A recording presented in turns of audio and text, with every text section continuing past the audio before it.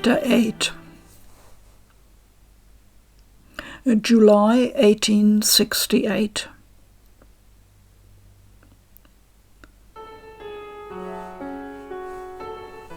Spring ended and summer began. The battle between the old government forces and the imperial army moved to Aizu. The rumour said that the fighting was intense. Although he hadn't healed completely, Hijikata decided to leave Nikko as soon as he was well enough to march. The trip was long on foot, but without any problems. Eventually we arrived at Shirakawa Castle, one of the main rally points for our troops. At last we had caught up with the main body of the Shinsengumi.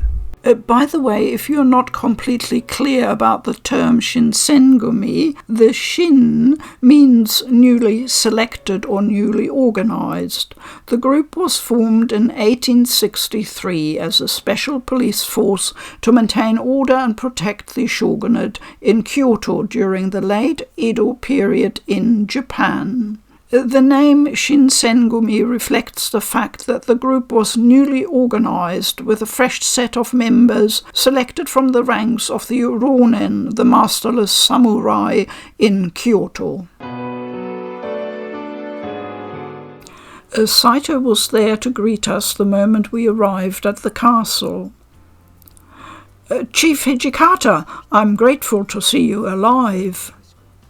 As good as it was to see Saito, he seemed somewhat the worse for wear. Battle after pitched battle had taken its toll on his body. "Glad to see you all right too. I hear you did well," said Hijikata. Then he frowned and rubbed his hand at his forehead. "But if you could stop calling me Chief." He looked Saito straight in the eye. "I'm not the chief, and God's willing I never will be. I'd be terrible. Kondo is the only chief of the Shinsengumi." Saito met his gaze without blinking. "I do not intend to correct myself. It is your job to unify the Shinsengumi." There was something odd about Saito's tone. Hijikata seemed to sense it too, and I could see him preparing to ask when Saito continued, his voice calm and measured. "Chief Kondo has passed away." "What?" Hijikata only stared at Saito, his eyes suddenly wide. I didn't want to believe what I just heard was true. Perhaps Saito had been confused? "The only person who can rise to the position of chief is you, Hijikata." He was qualified, certainly, both by position and action, but is Kondo really... My voice shook as I spoke. How could he say such a thing and then just move on? If Kondo was really dead, didn't that deserve a moment or two? "Kondo is..." He glanced over at Hijikata, his eyes asking whether or not he should continue. "Tell me what happened, Saito." His voice was clipped and tight. Saito held his gaze for a moment longer, then nodded. "We have been told that at the end of April, Chief Kondo was beheaded at the Itebashi execution site." I swallowed. He hadn't even been given the chance to retain his honour and take his own life. He'd simply been beheaded like a common criminal. Perhaps Hijikata had expected that? Said Hijikata. "Didn't even let him kill himself." His voice was controlled and unsurprised, but deep within his eyes I could see a bottomless, yawning despair. Whatever facade he might erect, Kondo's death had been a blow straight to his heart. He would not recover from it easily.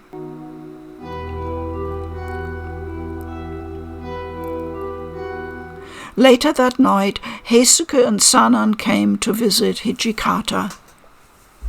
As members of the Fury Corps, they had been resting when we arrived in the afternoon. Your arrival has the castle in something of an uproar, said Sanan. It woke me somewhat earlier than usual. Sanan's smile was unreadable, but Heisuke's emotions were not so difficult to determine. I heard you got hurt pretty bad, Hijikata. Didn't think we'd see you again so soon. Well, said Hijikata, I couldn't just sit on my ass once I heard there were battles happening all over the place. He sounded calm and relaxed enough, but I knew he wasn't that way on the inside. I'd felt depressed ever since we learned that Kondo had passed away, but that was nothing compared to what Hijikata had to be feeling. We should be on our way then, said Sanan. Our work begins at night after all. Heisuke nodded. They were halfway to the door when Hijikata spoke. Oh, yeah, Heisuke, you think you could tell Saito to come by? Oh, sure, I'll go do that right now, said Heisuke. He cocked an eyebrow in question, but when no further explanation seemed forthcoming, he simply nodded. Hijikata, you only just got here, said Heisuke. You really should rest tonight. He gave Hijikata a quick grin, then turned and left. With Heisuke and Sanan gone, the room fell into a somewhat awkward silence. Hijikata hadn't told me to leave, but it seemed unlikely that he would start talking to me either. I'd opened my mouth to speak in a desperate attempt to break the silence when the door slid open and Saito stepped in. Without even waiting for him to sit, Hijikata began to speak. From now on, I'll be commanding from the front line. What? If we were to be fighting on the front line, the violence would be intense. Hijikata still hadn't fully healed. Was he healthy enough to put himself in that kind of danger? Do you intend to die in battle? Asked Saito. Saito's face betrayed no emotion. No, I won't go out that easy, said Hijikata. You've been out there. Only right for the chief to take that burden off you, right? The chief heading to the front line would raise morale, that was certain, but Hijikata was the core of the Shinsengumi. If he died, they would collapse. You raise an excellent point, sir, said Saito. If you mean to take my place, however... The air suddenly felt thick as Saito's hand fell to his sword. I must first ask that you defeat me, said Saito. If you cannot best me, then only death awaits you on the front lines. Saito? Getting a little full of yourself without me around to put you in your place, said Hijikata. His mouth twisted into a grin as his sword slid from its scabbard. Hijikata, not you too! They didn't mean to kill one another, of course, but... Please stop this, you're friends, you shouldn't be fighting each other. Hijikata turned his eyes to me, and they were as cold as ice. You, shut up and stay out of this. Hijikata! He wasn't going to listen to me, that much was clear. All I could do was be silent and watch. They stood for several long seconds unmoving. Then, in the same moment, they both exploded into motion. Swords collided. They struggled for a moment, swords grinding, until... What? Hijikata was thrown back to sprawl across the floor. Even only partially healed, he still had far greater strength than a human, and he wasn't the sort of person to have gone easy on Saito. This war is not so easy that you might rush to the front line without your full strength, said Saito. Saito! The red eyes, the white hair. There was no doubt that Saito was a fury. Did you drink the water of life? Don't worry yourself with me. I made my own decision." I didn't know what to say. The simple fact that Saito had become a fury said more about the battles he'd been fighting than words ever could. "I understand why it is that you wish to fight," said Saito. "That is why I cannot allow you to." There was a calm finality to Saito's voice as he slid his sword back into its scabbard. "Perhaps you would be able to forget your pain in the midst of battle. But I can't afford to let you do that," said Saito. "You cannot be permitted to turn a blind eye to our problems." Hijikata slowly put his own sword away, then stood silently looking into Saito's eyes. "Because I'm the chief now?" "Because you're the one who can unify the Shinsengumi," said Saito. Saito sighed. "Leave the front line to us. You, Hijikata, should remain here and plan out our strategies." Hijikata's eyes narrowed. "Fine, the front line's yours till my wounds heal." "Thank you," said Saito. Then he turned to face me. Yes?" "I leave Hijikata in your care. Don't let him out of your sight until he's healthy again." "Right." I nodded and gave Saito what I hoped was a reassuring smile. He inclined his head to me, turned to Hijikata to bow, and then left. As soon as he was gone, Hijikata's face darkened, and his brows drew together. "So Saito thinks I need a babysitter, huh?" "He's just worried about you, that's all."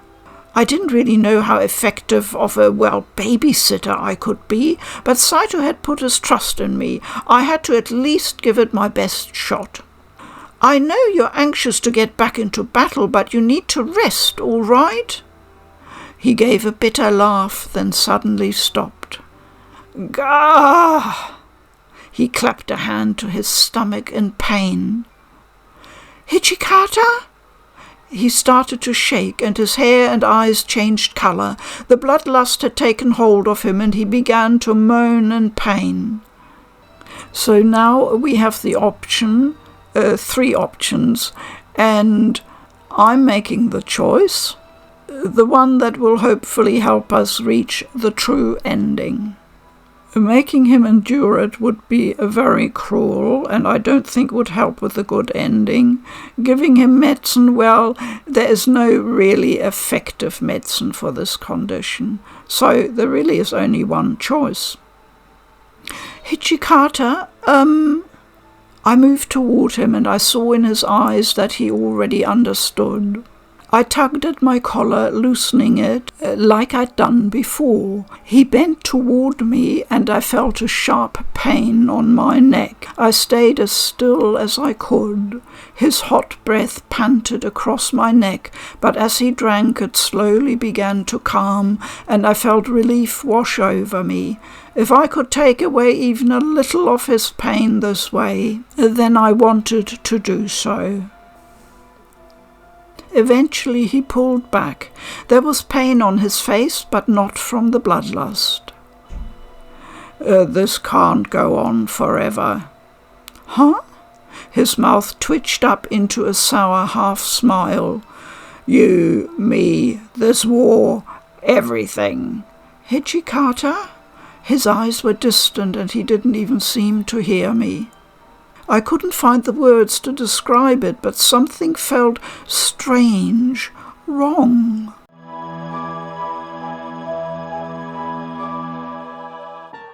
By the time Hijikata's injuries had fully healed, it was nearly mid-August. Battle still raged across the Aizu domain, but little by little the advantage seemed to be moving to the Imperial Army. Our troops were being driven into a corner. Then one day Shimada burst into the room, gasping for breath. "I've got news from Otori," he shouted. Immediately all eyes were on him. News from Otori meant that something serious had happened.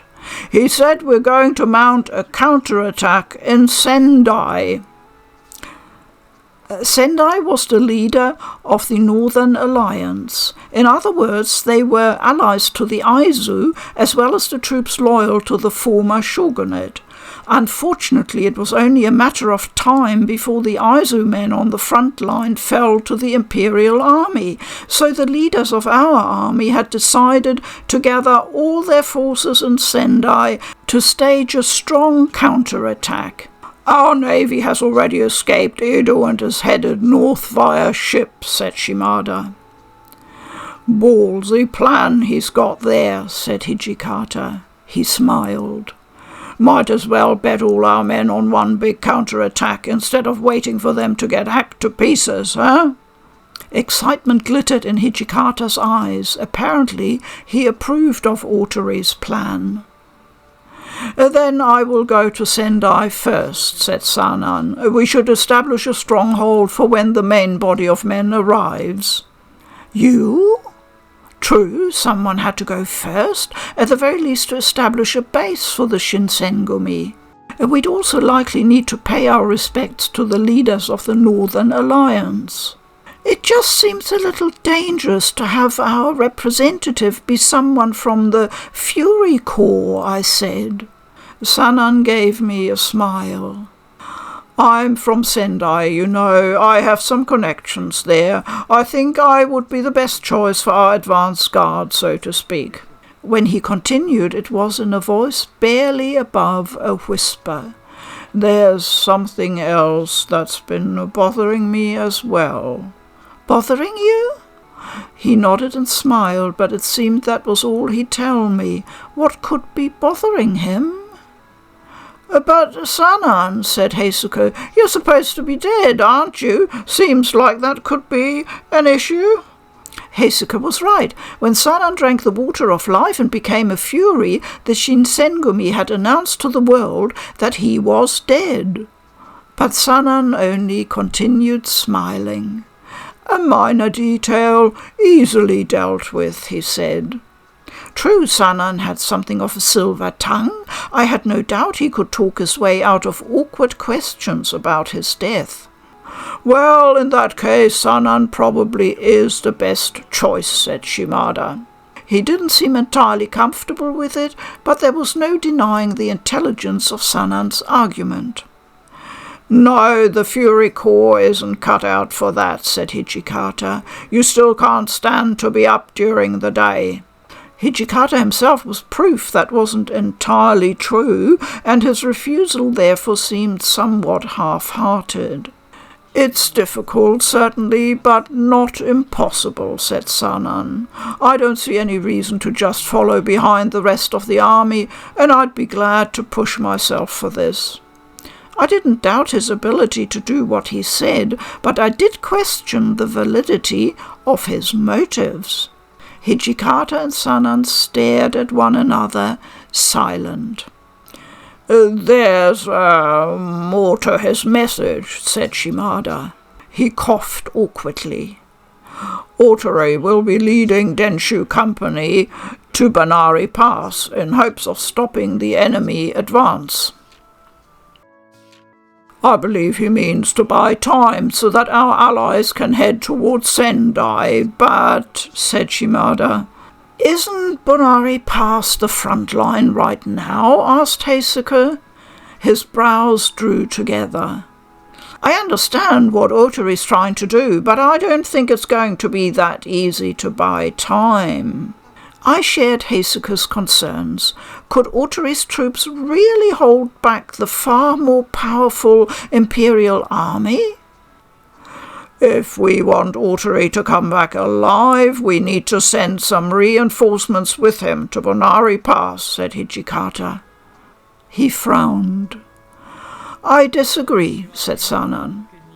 "If we are to win at Sendai, we must arrive there at full strength, fresh and ready for battle." "But," said Heisuke, "if we don't send someone to reinforce him at the pass, we're just abandoning Aizu to the Imperial army." Hijikata said nothing.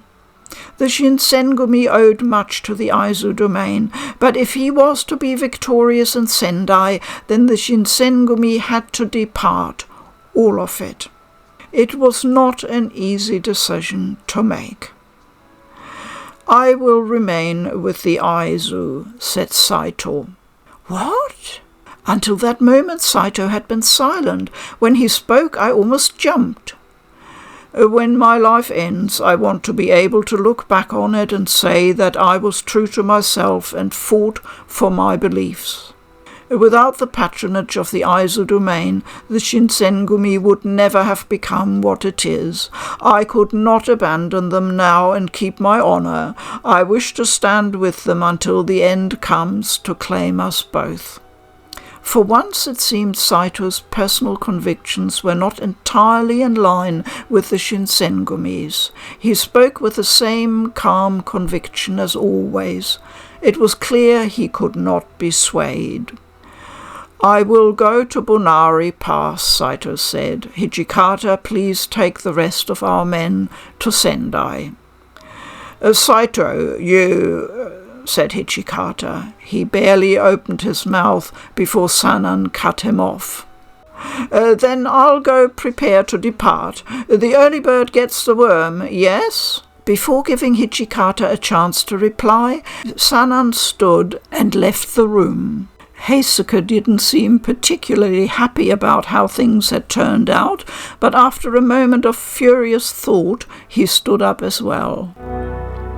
"Well, I guess I'll head out with Sanan," Heisuke said.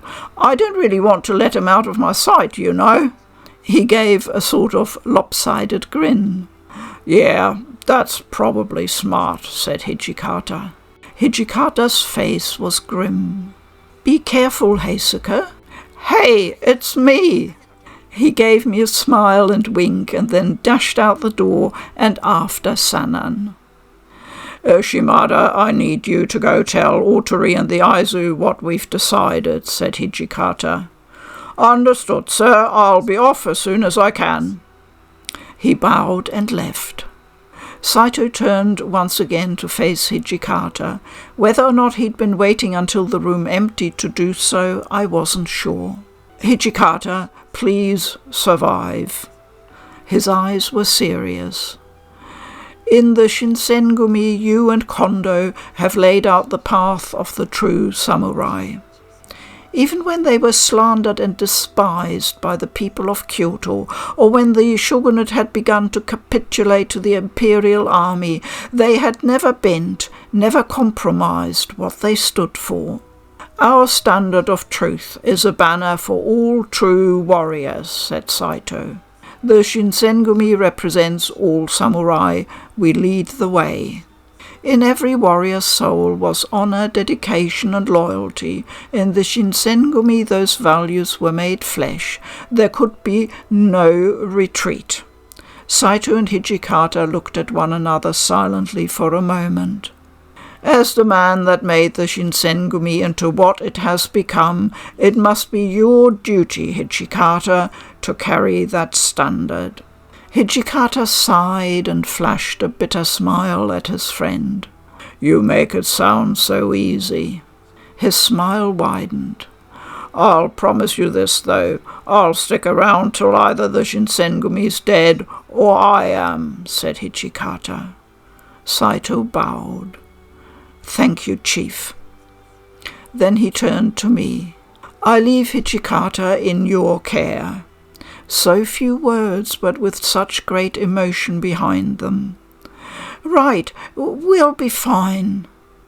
I nodded. "And here we have two options. I'll never leave his side, or he wouldn't die even if you killed him."